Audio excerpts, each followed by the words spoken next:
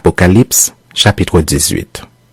Après cela, je vis descendre du ciel un autre ange, qui avait une grande autorité, et la terre fut éclairée de sa gloire.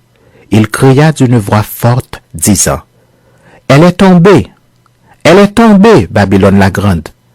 Elle est devenue une habitation de démons, un repère de tout esprit impur, un repère de tout oiseau impur et odieux, parce que toutes les nations ont bu du vin de la fureur de son impudicité, et que les rois de la terre se sont livrés avec elle à l'impudicité, et que les marchands de la terre se sont enrichis par la puissance de son luxe. » Et j'entendis du ciel une autre voix qui disait, « Sortez du milieu d'elle, mon peuple, afin que vous ne participiez point à ses péchés et que vous n'ayez point de part à ses fléaux. Car ses péchés se sont accumulés jusqu'au ciel, et Dieu s'est souvenu de ses iniquités. Payez-la comme elle a payé, et rendez-lui au double selon ses œuvres. Dans la coupe où elle a versé, versez-lui au double. Autant elle s'est glorifiée et plongée dans le luxe, autant donnez-lui de tourments et de deuil. Parce qu'elle a dit en son cœur, je suis assise en reine, je ne suis point veuve, et je ne verrai point de deuil. À cause de cela, en un même jour, ces fléaux arriveront, la mort, le deuil et la famine, et elle sera consumée par le feu, car il est puissant le Seigneur Dieu qui l'a jugée. Et tous les rois de la terre qui se sont livrés avec elle à l'impudicité et au luxe, pleureront et se lamenteront à cause d'elle, quand ils verront la fumée de son embrasement. Se tenant éloignés dans la crainte de son tourment, ils diront, « Malheur, malheur, la grande ville, Babylone, la ville puissante. En une seule heure est venu son jugement.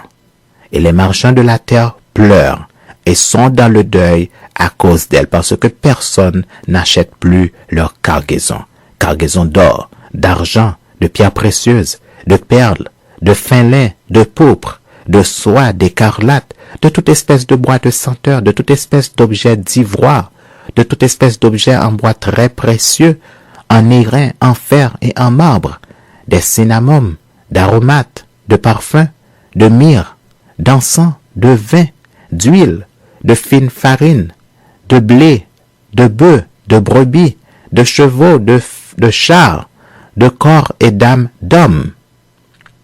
Les fruits que désirait ton âme sont allés loin de toi, et toutes les choses délicates et magnifiques sont perdues pour toi, et tu ne les retrouveras plus. Les marchands de ces choses qui se sont enrichis par elles se tiendront éloignés dans la crainte de son tourment.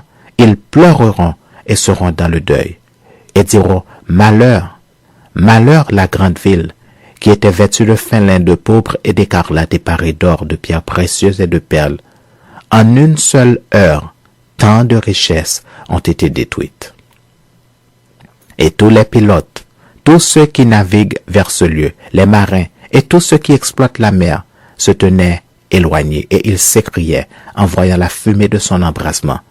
Quelle ville était semblable à la grande ville?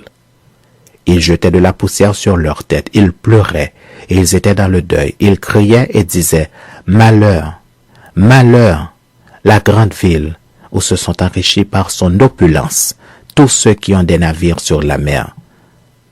En une seule heure, elle a été détruite. Ciel, réjouis-toi sur elle. Et vous, les saints, les apôtres et les prophètes, réjouissez-vous aussi, car Dieu vous a fait justice en la jugeant. » Alors, un ange puissant prit une pierre semblable à une grande meule, et il la jeta dans la mer en disant, « Ainsi sera précipitée avec violence Babylone, la grande ville, et elle ne sera plus trouvée.